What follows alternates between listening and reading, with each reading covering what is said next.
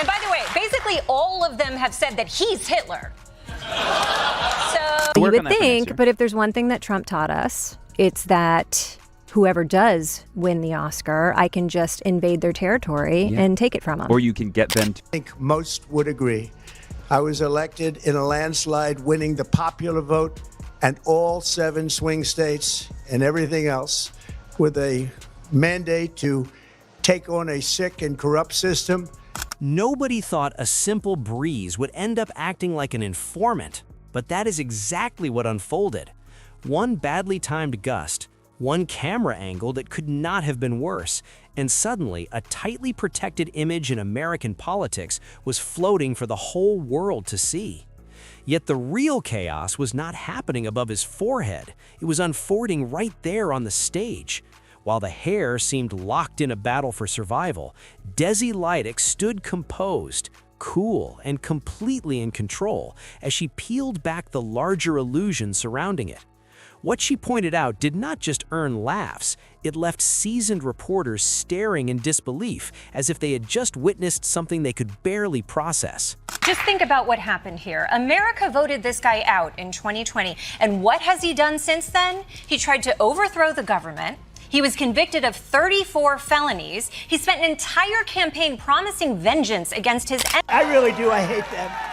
I cannot stand them. With all of the things we did with the tax cuts and rebuilding our military, not one Democrat voted for us. And I think we use it in the campaign that's coming up, the midterms. Before we dive any deeper, hit that like button and subscribe because trust me, you will want to stay with this story. The lights were blazing, the audience was buzzing, and Donald Trump walked out with the kind of swagger that says he believes every camera in the room belongs to him. He looked ready to deliver another confident performance, the kind he has built his brand on for decades. Then, reality stepped in. A well-timed breeze clashed with a carefully maintained image he has spent years perfecting.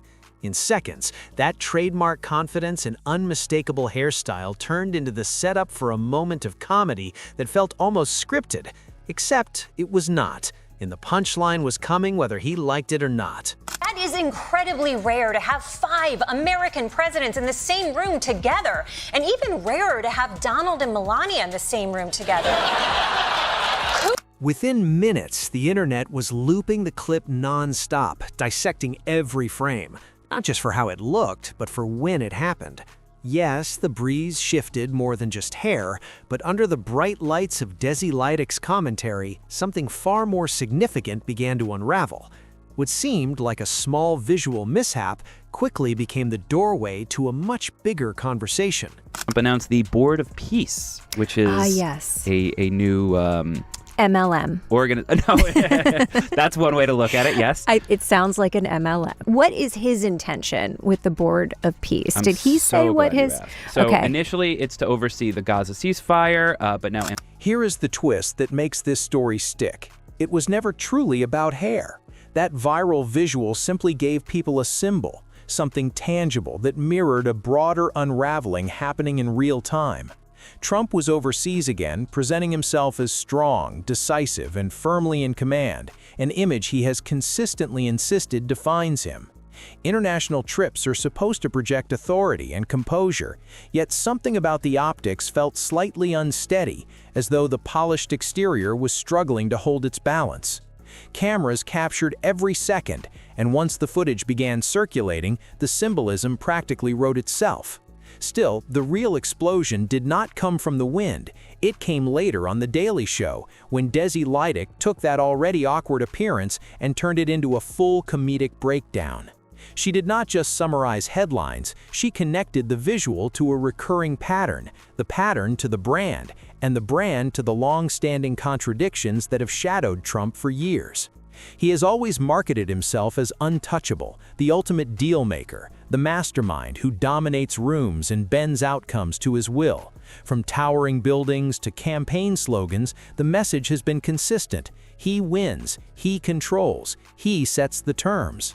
Yet repeated controversies tell a more complicated story, and Lydic's sharpest move was highlighting that gap without ever raising her voice. If you're wondering who, after all of that, would want to back him up, well, buckle up. It's a long list.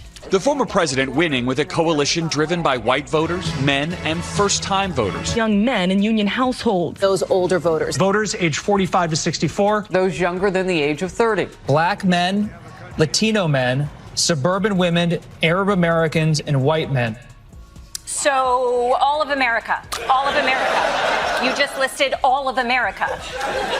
Seems the only group she can't blame for Trump's victory are black women and people in comas. She started by walking through a cycle many viewers instantly recognized. A controversy erupts, Trump labels it fake or overblown, he doubles down, reframes the narrative, and insists everything is unfolding exactly as planned.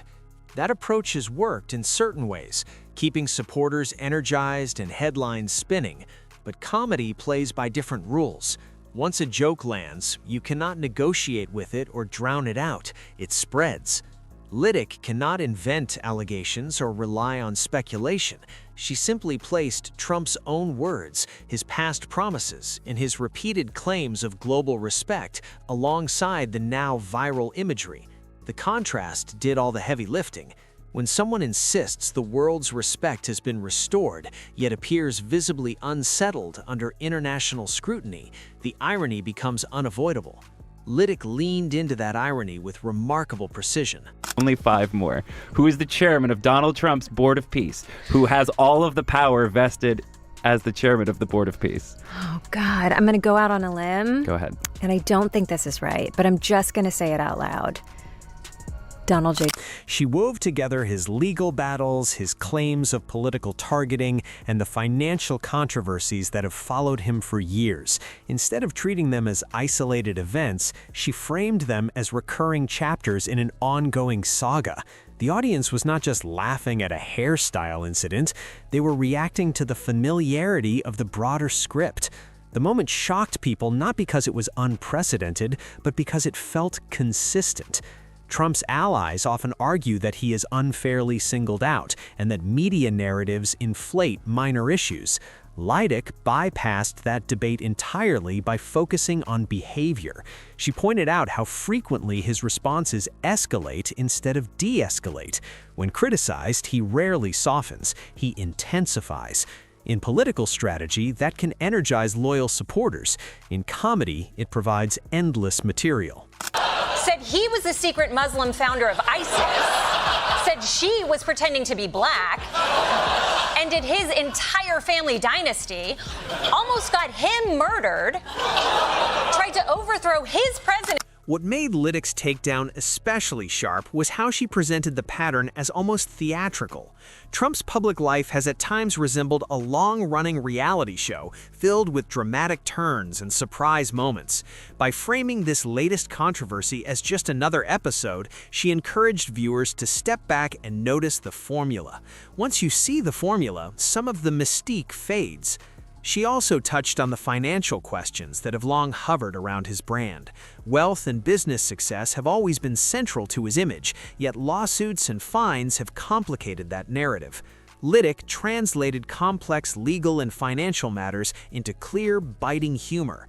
Rather than overwhelming viewers with technical details, she distilled the essence into punchlines that were easy to grasp. In doing so, she accomplished what many traditional news segments struggle with. She made the stakes understandable while keeping people entertained. This really feels like it's spiraling out of control. It seems like the smart move is to back off this whole thing. But Trump's team has been adamant that they will stay the course. This is not a negotiation. It's not the kind of thing you can negotiate away. At the same time, Trump continued emphasizing that he remains respected and that any criticism is politically driven. The more he reinforced that message, the sharper the contrast became. Comedy thrives on contrast, and Lydic understood that perfectly. When someone projects total invincibility, even minor cracks appear dramatic. After years of repetition, even a subtle symbolic shift can feel massive. Social media accelerated everything. Clips from her monologue spread quickly, paired with captions and commentary that amplified the humor. Memes combined images from the overseas appearance with lines from her routine. The narrative moved beyond official statements and press briefings. Trump has long shown an ability to dominate news cycles through repetition, but repetition does not erase a viral joke. If anything, repeated denials can add fuel to it. About Melania Trump, who came to this country with a vision and went all of the way to the halls of power. Oh, God. Why not? You know? Do you think by this time next year she will be nominated for an Oscar? I mean, it's not impossible. She could. Timing made this moment especially powerful. Trump is no stranger to controversy, but ongoing legal challenges, campaign rhetoric, and international scrutiny have heightened public sensitivity. Lydic's roast did not land in isolation. It landed in an environment already charged with debates about accountability and credibility. Her humor tapped into that tension and released it through laughter. That laughter carried weight because it felt organic. Viewers recognized the references. They remembered the promises about restored respect and unmatched negotiating skill. When those grand claims collided with the awkward optics of the moment, the comedic payoff felt almost inevitable. Lydic simply voiced what many had already been thinking. And by the way, basically all of them have said that he's Hitler.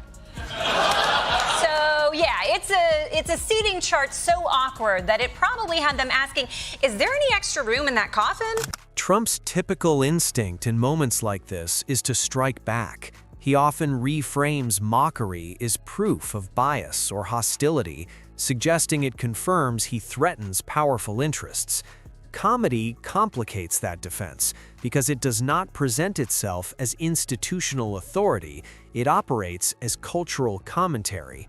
When audiences laugh, they are not necessarily endorsing a political position, they are recognizing absurdity. As more comedians and commentators joined in, the roast grew into a broader cultural flashpoint. Lydic may have ignited it, but the ripple effect ensured it would linger.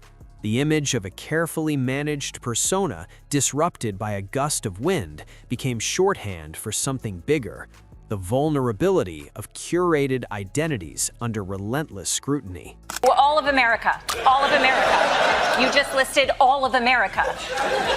Seems the only group she can't blame for Trump's victory are black women and people in comas. Oh, and puppies. Or puppies in comas. Trump has built his career on commanding attention, and in many ways he still does. But attention is not the same as admiration. Sometimes it becomes examination. Sometimes it becomes satire. Lydic's performance showed how quickly admiration can shift toward ridicule when contradictions pile up. She did not invent drama, she connected dots already visible. By the end of the week, discussion had moved beyond the original clip. Analysts debated what it meant for campaign strategy and public perception. Supporters dismissed it as trivial. Critics treated it as symbolic. Yet the laughter lingered because it captured something essential about modern politics. Image matters, but authenticity matters more. When the gap between the two grows too wide, it turns into comedic gold. Ultimately, the moment was less about appearance and more about control. Trump has always aimed to control the narrative. Lydic disrupted that control by reframing the event through humor, and once reframed, the tone of seriousness proved difficult to restore. It's a little weird for Obama, though, right? To go from this guy is future Hitler to, oh man, cool story, future Hitler. And by the way, Kamala noticed.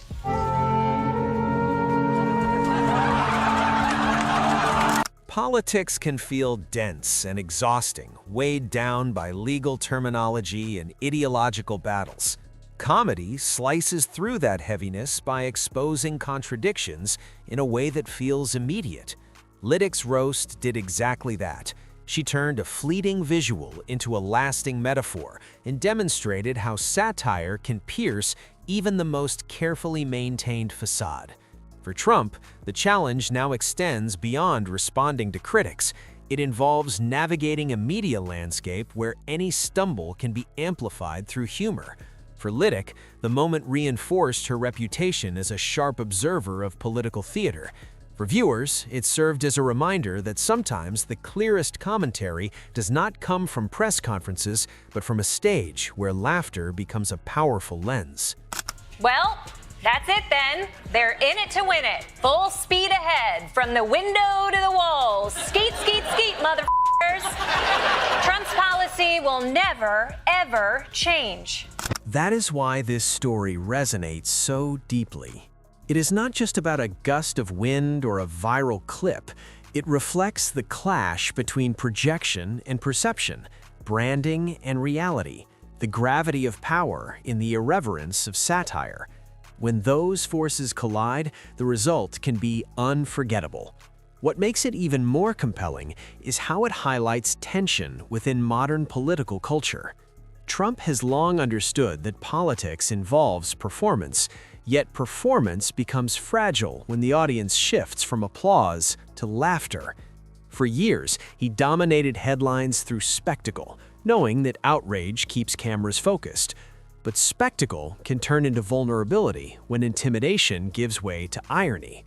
The same bravado that energized rallies can appear exaggerated under satirical scrutiny. Last year, New York delivered its most devastating blow in the courts. A New York jury found President Donald Trump guilty on all 34 counts. This makes him the first president to be convicted of a crime. 34 felony counts. Desi Lydic recognized that shift immediately and embraced it. She refused to treat the moment as a simple visual gag. Instead, she expanded it into commentary on the delicate nature of manufactured dominance. She revisited Trump's long-standing promises about restoring global respect and contrasted them with footage that felt awkwardly cinematic. The result was not just funny, it felt narratively complete. Audiences crave coherence, and she provided it by framing the incident as the natural outcome of years of inflated self-portrayal. There is also power in repetition. Trump's communication style relies heavily on repeating claims until they embed themselves in public consciousness. Lydic flipped that strategy, repeating the absurdity back in escalating fashion. Each callback heightened the humor and strengthened the critique, building momentum toward an almost inevitable conclusion. The trade war's over? But it's Tariff Day. I shaved my legs for this. Now I have to grow it all back. By the time she delivered her closing punchlines, viewers were primed to see symbolism in every frame. The international backdrop added another layer. Overseas appearances are typically designed to project stability and statesmanship. When optics falter abroad, the discomfort feels magnified because the stage is global. Lydic tapped into that dynamic, suggesting that respect cannot simply be declared into existence. It must be sustained through credibility and consistency. Trump responded with his familiar script, dismissing the commentary as partisan mockery and reiterating claims of unfair targeting. Yet digital culture complicates that defense. In earlier eras, a late-night monologue might fade by morning. York ended your political career. Pack it up and go home. President-elect taking the oath of office and moving back into the White House. No, not that home. Today, it loops endlessly across platforms, clipped into short segments that travel far beyond their original broadcast. Each share reinforces the framing. Each replay strengthens the association. Control slips not because of censorship, but because humor spreads naturally. Another subtle strength of Lydic's approach was restraint. She did not over-explain the symbolism or lecture viewers. She trusted them to connect the dots, and that trust created engagement. In a polarized environment where many feel exhausted by constant scandal, comedy provides release. It transforms frustration into laughter and makes complex controversies easier to process. Her roast served as that release, offering a different emotional entry point into a familiar saga. You can buy things from China again, right? I mean, Amazon Prime, here I come. Notably, though, the president is raising the tariff applied to China from the United States to 125. Meanwhile, the tension between image and reality continues to hover. Trump has spent decades constructing a persona built on strength and dominance. When that persona appears momentarily unsettled, even physically, it challenges the narrative. Lydic did not create that contradiction, she illuminated it. As the news cycle moves on, new headlines will replace this one, yet the imprint remains. This image, amplified through satire, crystallized a theme of fragility beneath bravado. It underscores a broader truth about modern politics. Authority depends not only on power, but on perception, and perception is shaped as much by humor as by journalism. When satire captures a moment with precision, it can redefine how that moment is remembered. Desi Lydic's roast did exactly that, turning a brief gust of wind into a lasting metaphor and reminding everyone that in public life, even the smallest shift can reveal far more than intended.